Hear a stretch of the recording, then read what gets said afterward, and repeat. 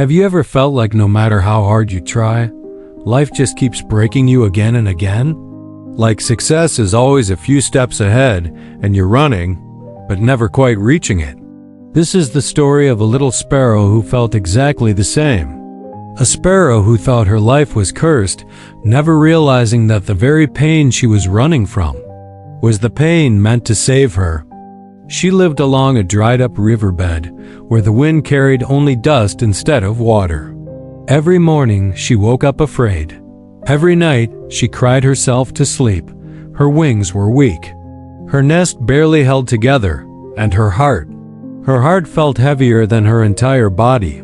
Every single time she looked up at the sky, she would whisper, "God, why is everyone else moving forward except me? Why am I running and running, yet always stuck right where I started?" One evening, as the sun began to sink behind the hills and the world turned soft and golden, the little sparrow sat under a dead tree, feeling smaller and more lost than ever. And that's when an old heron landed right beside her. His feathers seemed to glow in the last light of the day. He looked so calm, almost too calm for a world so full of struggle and pain. With tired eyes, the sparrow looked up and asked him, "Brother, how are you so peaceful? Don't you feel pain like the rest of us?" The old heron smiled gently. "Oh, I have felt pain, deep, deep pain. But I learned to stop running from it." The little sparrow frowned. "Stop running? How could that possibly help?" "When you run," the heron said, his voice kind, "pain chases you, but when you sit with it, it begins to speak. And it tells you the truth you've been avoiding all along." He leaned in closer and whispered, "Tonight, don't cry. Don't curse your life. Just close your eyes and ask your pain, 'What are you here to teach me?'" The sparrow didn't fully understand what he meant, but something in his eyes made her trust him.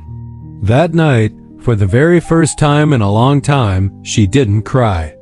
She just sat quietly under the bright moonlight, staring at her own faint reflection in what little was left of the river. Her heart trembled as she finally whispered into the night, "Teach me. What are you trying to show me?" The wind blew softly across the empty riverbed, and in that deep, profound stillness, a gentle voice rose from within her. "I'm not here to destroy you," it said. "I'm here to free you." Tears welled up in her eyes.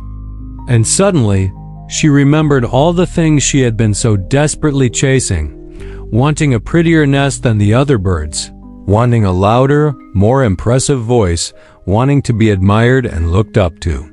She realized it wasn't life that was hurting her. It was comparison. It was the constant pressure she put on herself to be more than she was. She bowed her head and cried softly, but these were different tears. "Thank you, God. Even in this pain, you showed me where I lost my path." That night, she slept peacefully for the first time in months. The next morning, she awoke with a newfound sense of hope. "From today," she whispered to the rising sun, "I will stop running. I will live one day at a time." With faith. But life wasn't finished testing her. That very same day, a violent sandstorm hit the valley. Her new nest was torn apart again. Her tiny body was covered in swirling dust. And for a moment, that old familiar pain returned.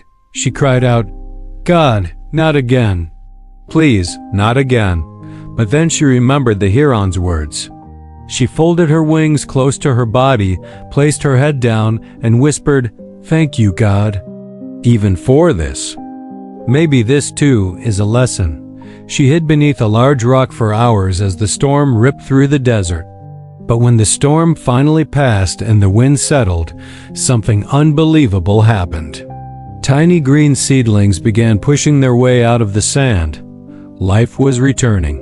The storm hadn't come to break her. It had come to plant seeds of new life right beneath her feet. Weeks passed. Peace slowly returned to the valley. And one morning, the sparrow found a lonely, abandoned egg lying near the river. It had no mother, no warmth, no hope. It was just like she once was. Moved by the memory of her own pain, she gently took the egg into her nest. She warmed it with her own body. She guarded it fiercely. She even ate less so the little egg could stay warm and safe. Days went by. Nothing happened. She began to fear that the egg would never hatch. But she remembered her promise to herself, "Don't run. Trust the timing." Then, on the 7th morning, just as the sun rose pink and soft over the horizon, the egg cracked open. A tiny chick looked up at her, weak, shaking, and completely helpless, but alive. The sparrow whispered, "Welcome, little one." In that moment, something deep inside her healed completely. The chick wasn't born from her, but her love made it hers. Her suffering had taught her compassion. Her wounds had made her capable of giving life to another. Months later, the old heron flew by again. He saw the sparrow flying strong and confident, with the little chick right by her side. The dried river was flowing with clear water again. Beautiful flowers bloomed all along its edges. The heron smiled. "You stopped running." The sparrow lowered her head in gratitude. "Yes, and the moment I stopped running from my pain stopped running after me." She looked up at the vast blue sky and whispered, "In life, pain will come. Sometimes it comes again and again. It's not here to punish you, but to awaken you. When you stop running and start listening, your pain becomes your greatest teacher. So when you fall," she continued softly, "don't ask, 'Why me?' Ask, 'What is life trying to teach me?' And whisper, 'Thank you, God, even for this moment,' because sometimes one single moment of acceptance can end years and years of suffering. When you finally stop escaping your pain and begin to understand it, life stops fighting you. The storms don't go away, but a deep, unshakable peace enters your heart." If this story touched you, please share it with someone who might need a little hope today. And stay connected with us for more powerful stories like this one. Thanks for watching.